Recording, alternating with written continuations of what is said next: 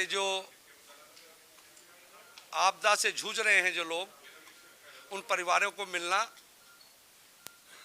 और एक मेरी सोच है कि उन परिवारों की जितनी मदद हो सके मानवता के नाते उसमें करूं।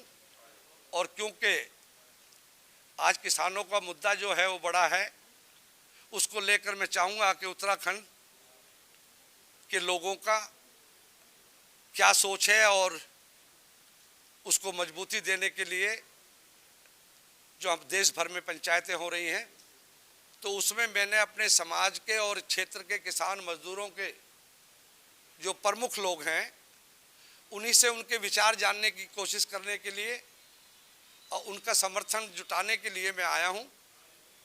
जो भी यहाँ के हमारे जो प्रमुख लोग आए हैं, इनके जो भी विचार होंगे और जो इनका मार्गदर्शन मुझे मिलेगा उस दिशा में आगे बढ़ूंगा।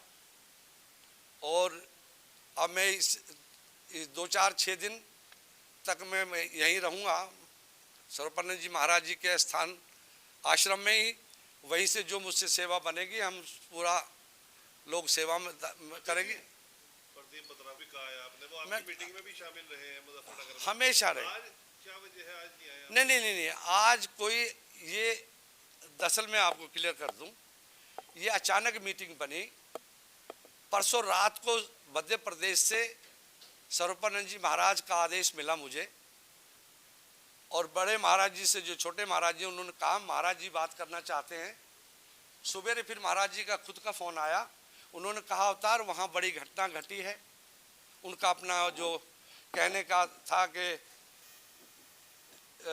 वो बड़ी पीड़ा में है, मानवता के नाते आप वहाँ जाओ और जाके वहाँ पहुँचो और जाओ, जितनी मदद हो सकती है आप मदद करो।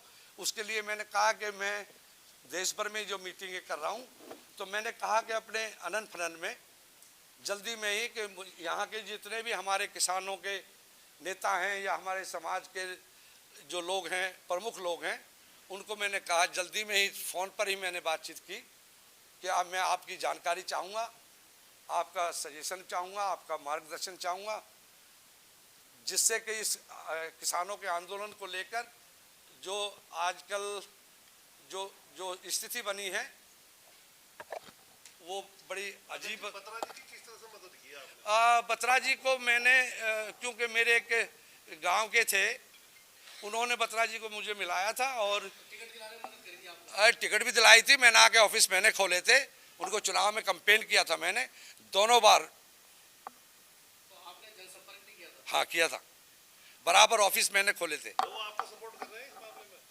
मैं देखिए, मैंने कहा ना, मैं किसी पार्टी दल या किसी पद से नहीं चल रहा हूँ।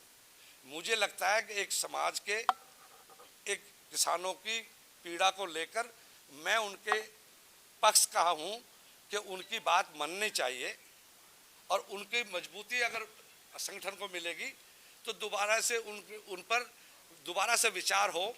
और कम से कम जो हमारे प्रतिनिधि हैं, जिनको किसान मजदूर और रेहड़ी पट्टी वाले गरीबों ने जिताकर भेजा है पार्लियामेंट में, मैंने परसों भी कहा है कि सरकार को ज्वाइंट पार्लियामेंट बुला लेनी चाहिए।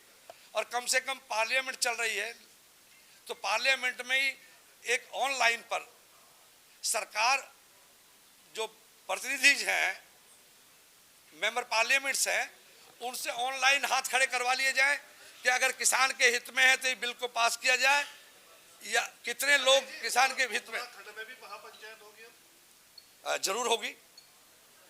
आज मैं ये पूछने आया हूँ कब, क्योंकि ये आपदा की घड़ी है, इसमें मैं नहीं समझता इसको करके हमने इसको रोका, नहीं तो बड़ी पंचायत रखने की उम्मीद थी।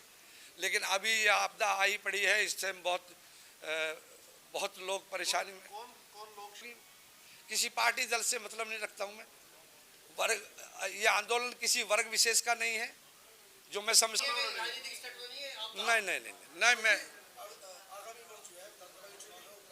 कौन सी पार्टी? नहीं।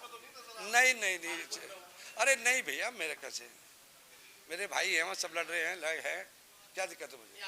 अरे मैं एमएलए हूँ यार, मेरे सब भाई हैं, एक भाई नहीं मेरा।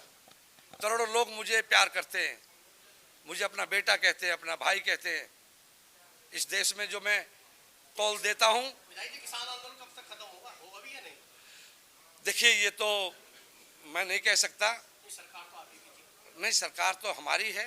मैं तो आज भी अगर ये माना जाए तो मैं राष्ट्र कार्यकारिणी में आज भी हूँ और एमएलए भी भाजपा का हूँ, राष्ट्र कार्यकारिणी में हूँ।